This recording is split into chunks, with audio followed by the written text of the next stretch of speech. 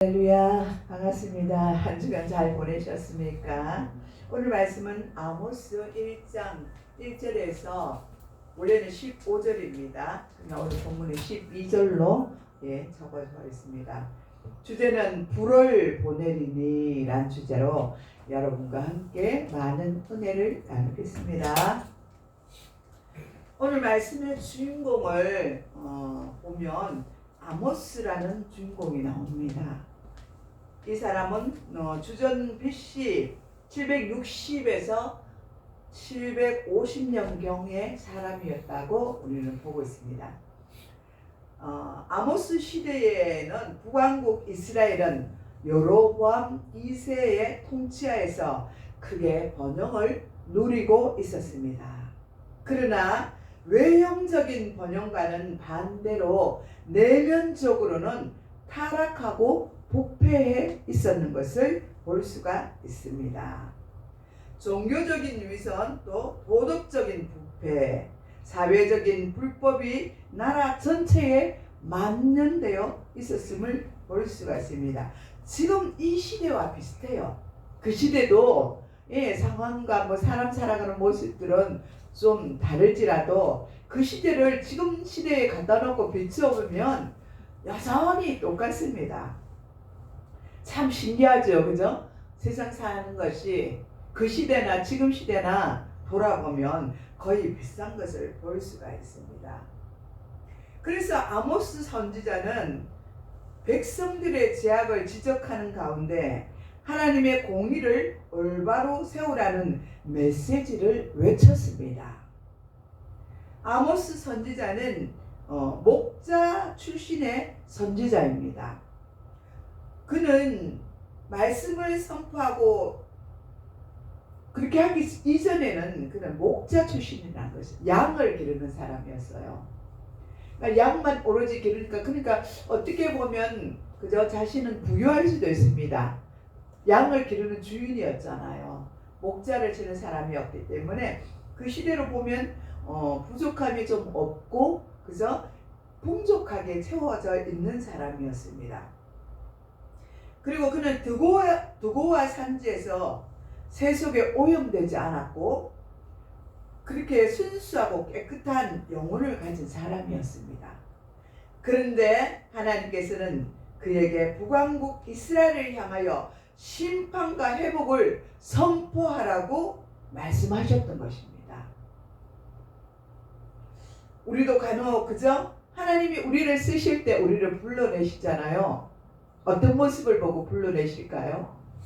이런 그죠? 아모스처럼 순수한 마음, 깨끗한 마음, 거룩함을 가진 자, 하나님에 대한 열심의 거룩함을 가진 자들을 하나님은 불러내시고 그들을 사용하신다는 것입니다.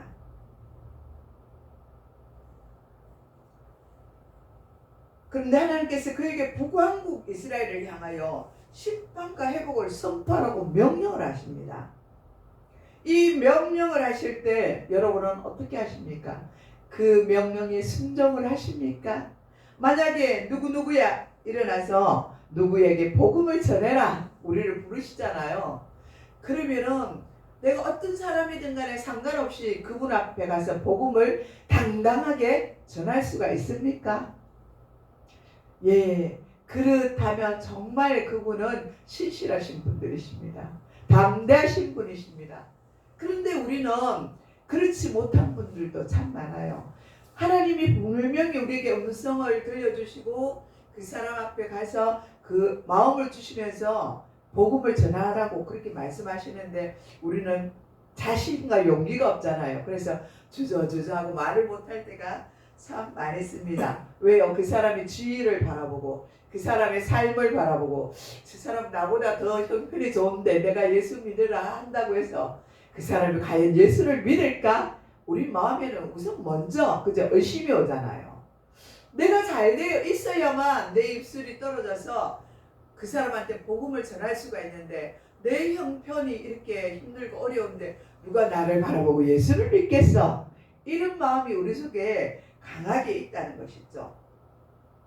그러나 아모스가 하나님의 말씀에 순종한 것 같이 그는 자기 자신이 어떻든 간에 하나님 말씀 앞에 순종하여서 그죠? 나가서 복음을 전하였다는 사실입니다.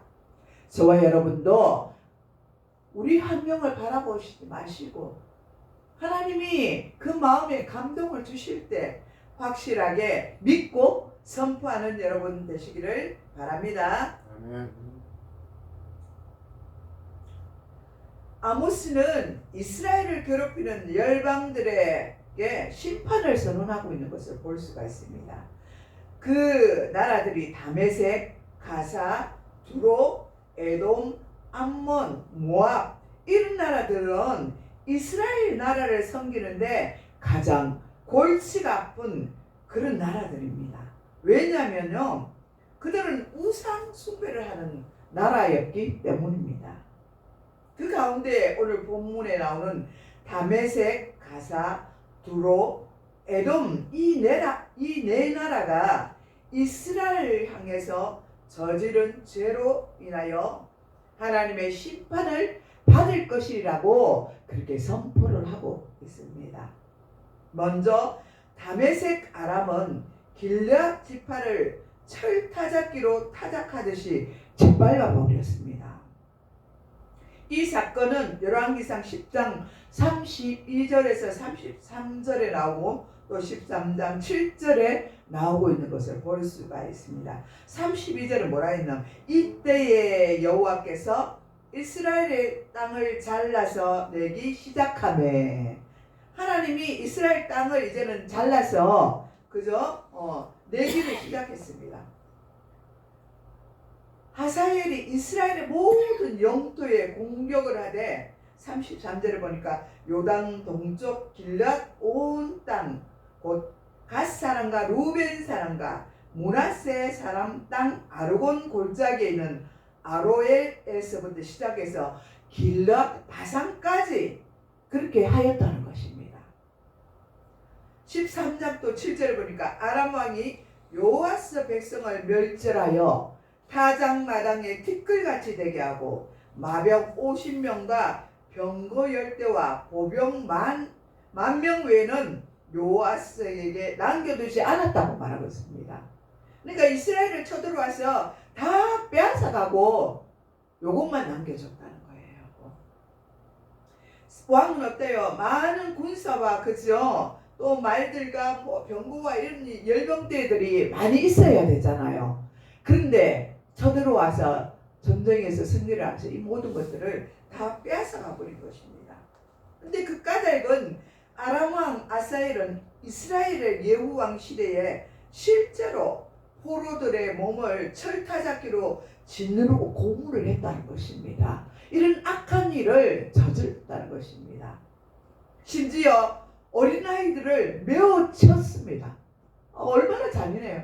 아무것도 말을 하지 못하는 그 아이들을 그냥 땅바닥에 메어 쳐버렸어요. 그러면 어떻게 돼요? 그 아이들이, 그 왕 힘센 그저 장사들이 그 아이들을 메어치면 그 아이들은 어떻게 됩니까? 완전히 그저 온몸이 너무 잔인하지 않습니까? 이런 악행을 저질렀습니다. 그것뿐만 아니라 임신한 여자들의 배를 갈랐어요. 그러면 그 속에 어떻게 돼요? 잉태된 아이가 있잖아요. 이 전쟁으로 그들은 얼마나 참혹하게 이스라엘 백성들을 괴롭혔는지 몰라요.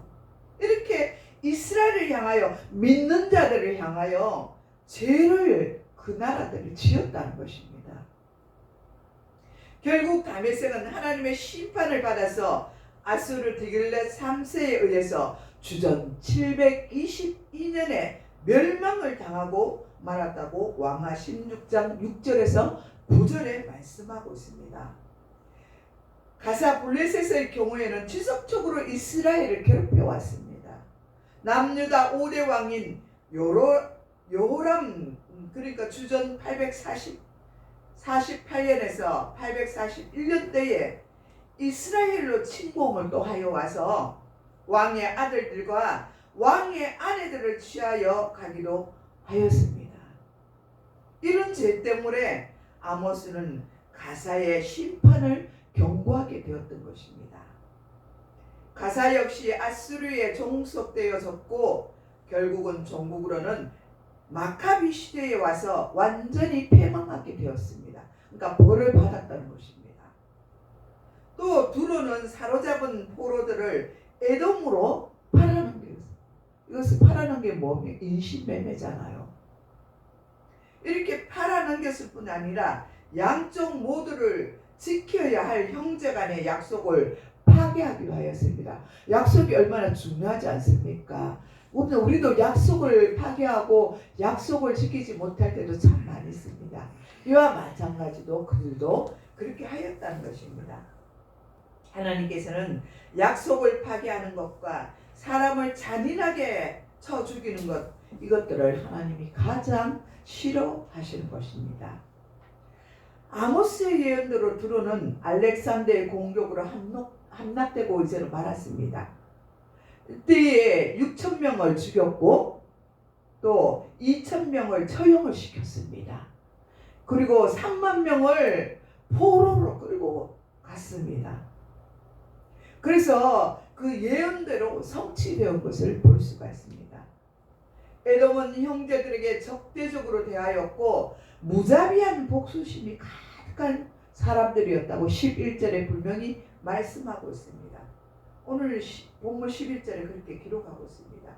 이리한 그들에게 아모스는 심판을 선포하였는데 결국은 아수르에 의해서 그들은 정복을 당하고 주전 8세기 이후에 황폐한 땅이 되었다가 주전 5세기, 그러니까 말라기 1장 4절에 보면 아라비아 종족 가운데 하나인 나밧 족속에 의해서 그들은 멸망을 당하였습니다. 하나님은 언약의 백성들을 괴롭히고 대적하는 자들을 향하여 반드시 심판하십니다. 로마서 12장 19절에 그렇게 말씀하고 있습니다. 내 사랑하는 자들아, 너희가 친히, 근데 하나님 말씀이라는 내 사랑하는 자들아, 내가 친히 원수를 갚을 것이라고 말합니다. 하나님의 진노하심에 하나님께서 맡기라고 말씀하고 있습니다. 아멘. 우리의 원수는 하나님이 갚아주신다고 분명히 말씀하고 있는 것입니다. 아멘. 우리가 갚으려고 하지 마세요. 내게 어떤 고난이 오고 어떤 환난이 올지라도 나를 억울하게 하고 나를 힘들게 할지라도 내가 갚을 수가 없다는 것입니다. 내가 갚지 않을 때 누가 갚아요? 하나님이 그 악한 행실을 다 보고 하나님이 갚아주신대요. 아멘. 나는 정말로 진짜 억울하잖아요. 억울한데도 하나님이 내게 갚지 말라고 그렇게 말씀하시는 것입니다. 우리가 원수를 갚는 것이 아니라 하나님께서 원수를 갚는 것에 맡겨야 합니다. 왜냐하면 하나님은 우리가 범죄하는 것을, 즉 죄 짓는 것을 아주 싫어하기 때문입니다. 우리가 신앙생활을 하는 중에 억울한 일에 대하여 어떤 태도를 취해야 할지 우리는 생각해 보아야 합니다. 우리가 억울한 일을 당하여 그것을 당한 만큼 갚아주고 싶지만 그러나 그것마저 우리는 예수님께 맡겨야 합니다. 하나님은 우리의 편이심을 믿고 여호와 니시 하나님을 찬송해야 합니다. 니시란 뜻은 하나님은 나의 깃발이란 뜻입니다. 하나님은 우리를 위하여 싸우시고 승리하시는 분이라고 말하고 있는 것입니다. 오늘 말씀을 보면 먼저 암몬과 모압에 대한 심판을 하나님께서 선포하고 있습니다. 암몬은 오로지 자신들의 영토를 넓히기 위하여 길르앗 지파와 전쟁을 할 때 아무런 방어 수단을 가지고 있지 아니하는 임신한 여인들의 배를 가르는 그런 잔혹 무도한 짓을 하였습니다. 어린 아이들을 그저 내팽개치듯이 그렇게 땅바닥에 매질을 했습니다. 얼마나 잔혹한 짓이겠습니까? 이런 극악한 짓을 하는 고대 전쟁에서 이유는 상대방을 위협하기 위해서 그렇게 했습니다. 그리고 공포심을 주기 위해서 그런 수단을 부렸다는 것입니다. 왕하 8장 12절에 보니까 공의로우신 하나님께서는 보시기에 너무나도 악한 짓이었습니다. 그들이 하는 짓이 얼마나 악한 짓입니까? 그래서 하나님께서는 랍바성에 불을 놓아서 그 금고를 사르되 전쟁의 날을 외침과 회오리 바람의 폭풍으로 하셨다고 말씀하고 있습니다. 그들을 그저 불로 태워버렸다는 것입니다. 그리고 그 불을 회오리 바람 불면 어떻게 돼요? 그냥 다 쓸어버리잖아요. 그렇게 불을 내서 회오리 바람을 일으켜서 폭풍같이 일으켜서 그들을 다 멸하신다는 것입니다. 그들의 왕은 그 지도자들과 함께 사로잡아 가신다고 말씀하고 있습니다. 그리고 이 예언은 디글랏 비레셀 3세에 의해 실제적으로 아수르 정복 전쟁을 통해서 성취되었습니다. 우리는 언제 이런 일들이 일어나서 우리의 원수를 갚을까 하는데 하나님은 일하기 시작하면 순식간에 이렇게 일을 하신다는 것입니다. 회오리 바람을 일으켜서 순식간에 다 불태워버리고 멸망의 길로 몰아가신다는 것입니다. 모압은 에돔과의 전쟁에서 대적자들을 자기들의 땅으로 끌고 갔을 뿐만 아니라 왕의 무덤을 해쳐서 그 뼈를 불사르는 잔인한 짓까지도 하였습니다. 얼마나 잔인한지, 그죠? 무덤까지 해쳐서 죽은 자가 무슨 죄가 있습니까? 근데 그 무덤을 파헤쳐가 그 뼈를 가져다가 불을 살랐어요. 왕족들의 묘실에 그 묘를 다 파버린 것이죠. 이런 잔인한 짓을 한 그들에게 내려진 형벌은 모압에 불을 내리리니 그리어 궁궐들을 사르리라. 요압의 요란함과 외치는 소리와 낙발 소리 중에서 죽을 것입니다. 내가 그 중에서 재판장을 멸하며 지도자들을 그와 함께 죽일 것이라고 말씀하셨습니다. 이 예언대로 모압은 암몬과 마찬가지로 아수르의 디글랏 3세에 의해서 그들도 멸망되고 말았습니다. 그리고 유다의 심판에 대해서 하나님께서 또 선언을 하십니다. 그 죄는 여호와를 멸시하였다고 말하고 있습니다. 하나님을 멸시한 죄라고 말하고 있습니다. 그 율례를 지키지 아니하고 그들의 조상들이 따랐던 거짓 것에 유혹되었고, 그죠? 그래서 그들을 하나님이 멸하기 시작하였다는 것입니다. 하나님의 말씀을 지키지 아니하고 필연 다른 무언가를 따르게 되면 그것이 바로 무엇입니까? 우상인 것입니다. 우리가 하나님보다 더 사랑하는 것이 바로 우상인 것입니다. 이에 하나님께서는 유다에 불을 보내서 예루살렘 궁전을 살라버렸습니다. 여기 다 보면 불을 보내서 다 살라버렸어요. 하나님께서 불을 지르면 어떻게 됩니까? 그 궁전이 다 타버리고 온갖 좋은 것들 다 타버리고, 그죠? 그리고 죄로만 남게 되는 것입니다. 유다는 북이스라엘보다 비교적 더 좋은 여러 가지 위치에 있었지만 결국은 바벨론 침공에 의하여 멸망을 당하고, 이 예언이 왕하 25장 8절에서 21절에 성취되는 것을 우리는 알 수가 있습니다. 우리는 구원을 받은 사람이라고 해서 하나님의 심판을 면할 수가 없어요. 우리가 한번 구원을 받았지만 우리가 구원을 받은 자로서의 삶을 살아야 돼요. 하나님 앞에 올바르게 살아야 된다는 것입니다. 하나님께서는 연약한 백성들이 이스라엘과 유다마저 심판을 하셨습니다. 그래서 하나님은 심판을 하셨어요. 불면 연약한 백성인 이스라엘을 그리고 유다를 심판하시는 것을 우리는 알 수 있지 않습니까? 구원받은 자녀일수록 더 높은 수준에서 우리는 신앙적, 도덕적으로 그렇게 자라나야 한다는 것입니다. 멈추어 있으면 안 돼요. 우리의 신앙이 자라나서 지금 있는 이 상태에서 뛰어넘어야 되는 거예요. 그런데 늘 그 자리에 어린아이 같이 남아있으면 안 되는 것입니다. 그것이 바로 구원받은 참된 그리스도의 제자의 길로 살아가는 길입니다.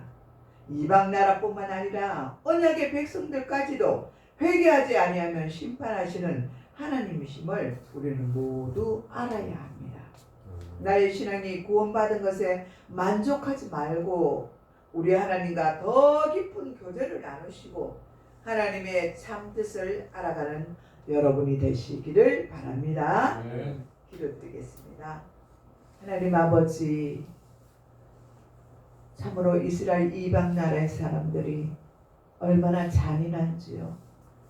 그들이 이스라엘에 들어와서 전쟁을 일으키고 약탈을 하고 수많은 사람들을 죽이고 칼로 찌르고 배를 가르고 어린아이들을 매를 치고 얼마나 그 포악하고 잔인성을 보여주는지요.